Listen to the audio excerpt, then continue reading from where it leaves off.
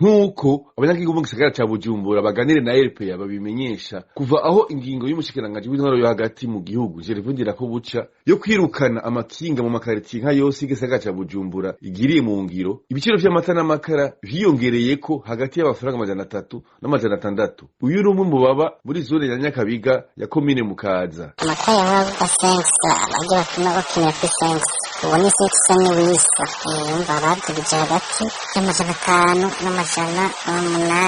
Hama amata litiro yahera 1,400 bigeze ku 2,000. Igisagara cy'ishoro mu kuri kukwiye yageze n'ingaruka mbi z'ukuntu amakinga yahora yinjiza ngaha mu makaritiye atandukanye ubonye atakinga ryinjira kandi amakinga yarafasha rero amakinga yarabikura haruguru za Bugarama zahe akamurukana ngaha mu gisagara nta kinga rimwe kitadoze kweri.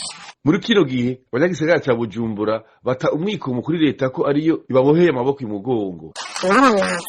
Kiza hose Johnson vy'igiciro cy'ibintu sudamo byari ko twari kwitura leta natwari tuyiye.